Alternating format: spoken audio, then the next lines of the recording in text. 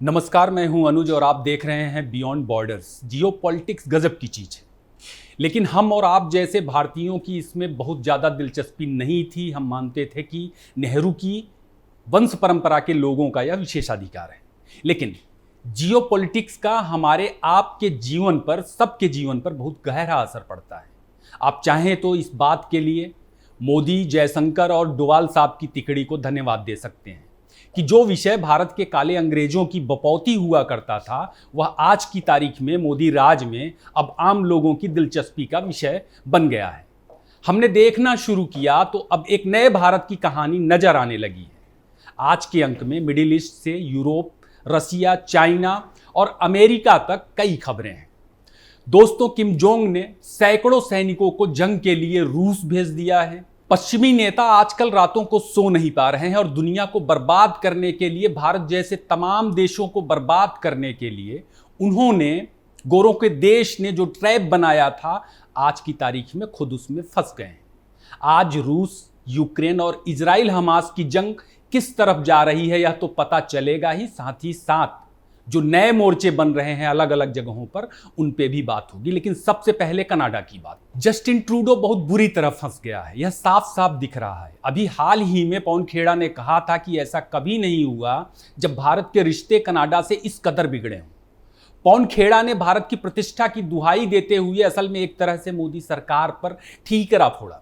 जबकि दूसरा पहलू यह है कि 75 सालों में पहली बार भारत को लेकर विदेशी शक्तियों की ना सिर्फ मनमानी दिख रही है, भारत ना सिर्फ उनकी मनमानी को खारिज कर रहा है, बल्कि एक अलग बेंचमार्क बना रहा है। भारत किसी अरबी, तुर्की, यूरोपीय कॉलोनी की बपौती नहीं है, यह बार बार बता रहा है और बराबरी का बर्ताव कर रहा है।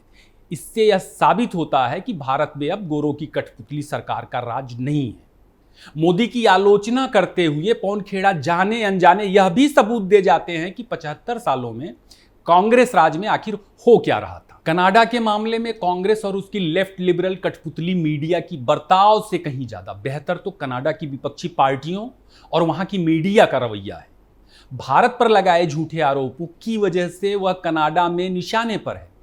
राहुल गांधी की तरह साम्राज्य से निकला जस्टिन ट्रूडो कनाडा को तबाह कर चुका है और यह साफ साफ दिख रहा है। ट्रूडो की अपनी ही पार्टी के नेताओं ने उसके खिलाफ बगावत कर दी है, उससे इस्तीफा मांगा जा रहा है। ट्रूडो के यार खालिस्तानी जगमीत सिंह कनाडा की मीडिया के लिए इस वक्त एक जमूरा बन चुका है और भागते फिर रहा है। जस्टिन ट्रूडो के खालिस्तानियों ने कनाडा को जहन्नुम बना दिया है और अब तो स्थिति यह हो गई है कि खालिस्तानी प्रेम में ट्रूडो के समर्थक भारतवंशी कनाडाई नागरिकों पर नस्लभेदी टिप्पणियां कर रहे हैं और लगातार हमले भी कर रहे हैं। ट्रूडो के समर्थक निर्दोष भारतवंशियों से बदला निकाल रहे हैं। यह वीडियो देखिए आप, यह कनाडा का है। इसमें एक बूढ़ी महिला सिर्फ और सिर्फ त्वचा के रंग को देखकर एक भारतवंशी कनाडाई को भाग जाने के लिए कह रही है कनाडा से। वह गालियां दे रही है। भारतवंशी का नाम दोस्तों अश्विनी बार बार महिला से अपनी गलती के बारे में पूछ रहा है कि मैंने ऐसा क्या कह दिया जिसकी वजह से आप ऐसा कर रही हैं, और महिला कह रही है कि उसका रंग, उसका भारत से जुड़े होना ही गुनाह है, उसे कनाडा से भाग जाना चाहिए। यह एक महिला है। सोचिए कि अगर इसकी जगह कोई पुरुष होता या पुरुषों की भीड़ होती तो क्या होता। अमेरिका में तो आपने देखा ही होगा कि वहां कैसे आए दिन भारतीयों पर नस्लभेदी टिप्पणियां की जाती है और नस्लभेदी हिंसा में भारतीय मारे जाते हैं। बूढ़ी महिला को शायद नहीं मालूम कि कनाडा भी उसके बाप दादाओं की संपत्ति नहीं है, बल्कि कब्जा की गई, लूटी हुई संपत्ति है। अमेरिका, ऑस्ट्रेलिया, साउथ अफ्रीका और न्यूजीलैंड, ना जाने कहां कहां से कहां तक गोरों ने जमीनें लूटी और वहां के स्थानीय निर्दोष लोगों के साथ जो अमानवीयता की पूरी दुनिया वाकिफ है उससे। लेकिन गोरे अपने बच्चों को यह सब नहीं बताते, जैसे पाकिस्तान अपने बच्चों को अपना ही अतीत नहीं बताता। खैर, कनाडा पर खुलकर जितना मजा रूस की समाचार एजेंसी स्पुतनिक ने लिए हैं, वह तो एक अलग ही लेवल का है। यह देखिए,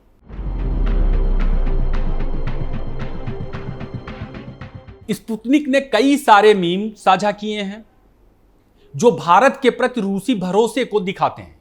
रूस ने कनाडा में खालिस्तानी आतंकियों द्वारा भारत और रूस के राष्ट्रीय ध्वज के अपमान का भी मुद्दा उठाया है। ब्रिक्स की बैठक से पहले रूस ने एक बार फिर यूएन सिक्योरिटी काउंसिल में भारत की अस्थायी सदस्यता का मामला पुरजोर तरीके से उठाया। रूसी वित्त मंत्री सर्जेई लेवरोव ने मीडिया से बातचीत में कहा कि यह बहुत जरूरी है कि भारत सिक्योरिटी काउंसिल का हिस्सा बने। भारतीय प्रधानमंत्री आज ही ब्रिक्स में शामिल होने रूस जाएंगे, जहां उनकी पुतिन से मुलाकात को लेकर के पूरी दुनिया की नजरें लगी हुई हैं। मोदी ब्रिक्स समिट का सबसे बड़ा आकर्षण है और यह कहने की बात नहीं है। पाकिस्तान के लोग भी इस वक्त मोदी मोदी कर रहे हैं। वहां ब्रिक्स समिट का हवाला देते हुए मीम के जरिए मोदी का कद बताया जा रहा है कि मोदी के लिए पाकिस्तान की औकात क्या है। असल में मोदी एससीओ मीटिंग के लिए पाकिस्तान नहीं गए थे, जो अभी हाल ही में संपन्न हुआ। वहां मोदी ने अपने विदेश मंत्री एस जयशंकर साहब को भेजा था। दोस्तों, रूस यूक्रेन और इजराइल हमास की जंग अब दूसरा रंग लेते हुए दिख रही है। दावा किया जा रहा है कि किम जोंग ने पुतिन से अपनी दोस्ती साबित करते हुए सैकड़ों कोरियन जवानों को यूक्रेन के मोर्चे पर जंग के लिए भेज दिया है। पश्चिम की फटी पड़ी है। रविवार को आई CNN की एक रिपोर्ट के मुताबिक उत्तर कोरिया के 1500 जवानों को ट्रेनिंग देकर यूक्रेन के मोर्चे पर तैनात किया गया है। ये विजुअल सामने आए हैं, जिसमें दिख भी रहा है कि कोरियन जवान वर्दी और दूसरे साजो सामान ले रहे हैं। CNN की रिपोर्ट का दावा है कि असल में ये वही कोरियन जवान हैं जिन्हें यूक्रेन के मोर्चे पर तैनात किया गया है। इससे पहले पश्चिमी समर्थक साउथ कोरिया ने सैनिकों को भेजने के आरोप लगाए थे। अब यह रूस के खिलाफ पश्चिम का प्रोपेगेंडा है या कुछ और, अभी कुछ भी पुख्ता नहीं कहा जा सकता। नॉर्थ कोरिया और साउथ कोरिया में भी तनातनी का माहौल है। पिछले दिनों दक्षिण कोरिया पर उत्तर कोरिया ने आरोप लगाए कि उसकी राजधानी प्योंगयांग के ऊपर ड्रोन उड़ाए गए और पर्चे फेंके गए। नॉर्थ कोरिया ने इसे उकसाने वाली कार्रवाई करार दिया और कहा कि इसका अंजाम जंग भी हो सकता है।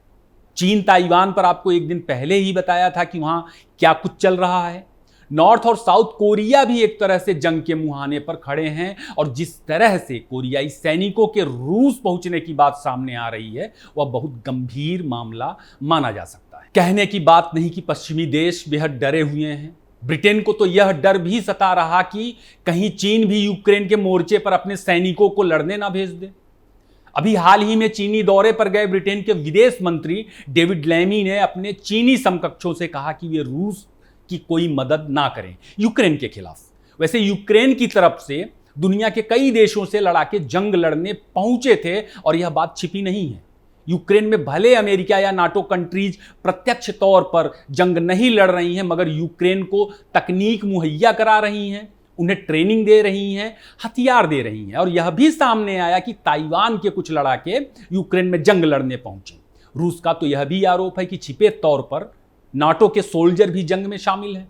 अमेरिका रूस के टुकड़े करना चाहता है और रूस अपनी संप्रभुता बचाने के लिए एक मुश्किल वक्त में जंग लड़ रहा है। अमेरिका और पश्चिमी देश प्रतिद्वंदी देशों को इसी तरह स्थानीय मोर्चे पर उलझाकर कूटनीति के जरिए पॉलिटिक्स और ट्रेड कंट्रोल करते हैं। नाटो के कुछ देशों को छोड़ दिया जाए तो इससे भारत, चीन या कोई भी देश बचा नहीं है। यहां तक कि अमेरिका इजराइल के साथ भी यही बर्ताव करता है। इजराइल पर हमले के बाद अमेरिका नहीं चाहता था कि वहां पर इजराइल कोई लंबी जंग लड़े।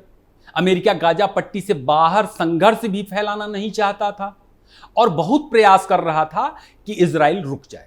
लेकिन इजराइल ना तो गाजा पट्टी में शांत हुआ और ना ही लेबनान, यमन में। नेतन्याहू की जिस तरह हत्या करने की कोशिश हुई, गजा में एक वरिष्ठ अफसर के मारे जाने के बाद इजराइल दिल दहला देने वाला बदला ले रहा है।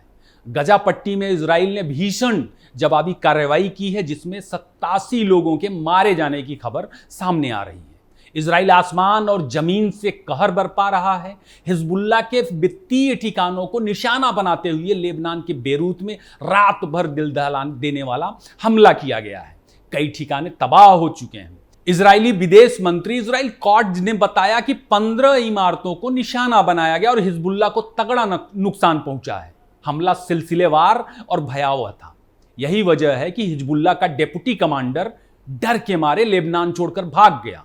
कहा जा रहा कि वह ईरान में गया है। उधर यह भी कहा जा रहा कि नेतन्याहू पर हमले के बाद और नेतन्याहू की चेतावनी के बाद जिस तरह से इजराइल कार्रवाइयां कर रहा है, खामनेई एक बार फिर से अंडरग्राउंड हो चुका है। अमेरिका के लाख मना करने के बावजूद इजराइल की जंग अब और ज्यादा व्यापक होते दिख रही है।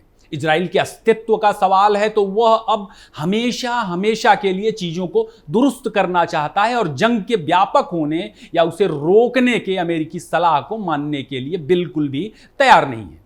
कुल मिलाकर अमेरिका इस वक्त कई जगह जूझ रहा है। Ukraine, middle east, Taiwan, Korea में अमेरिका बुरी तरह फंसा हुआ है। जो बाइडेन के कार्यकाल में अमेरिका लगभग तबाह होने की कगार पर पहुंच चुका है। अर्थव्यवस्था अमेरिका की खराब है। उसके इतिहास में महंगाई अपने सर्वोच्च स्तर पर है। जनता के बीच चीजों को लेकर भारी असंतोष है। जो बाइडेन ने अमेरिका का जो भी जलवा जलाल दुनिया में था लगभग उसे मिट्टी में मिला दिया है। आज के एपिसोड के लिए बस इतना ही। एपिसोड को लाइक करें, शेयर करें और कमेंट करना ना भूलें। फिर किसी नए विषय के साथ मुलाकात होगी। आपने समय दिया, आपका बहुत बहुत धन्यवाद।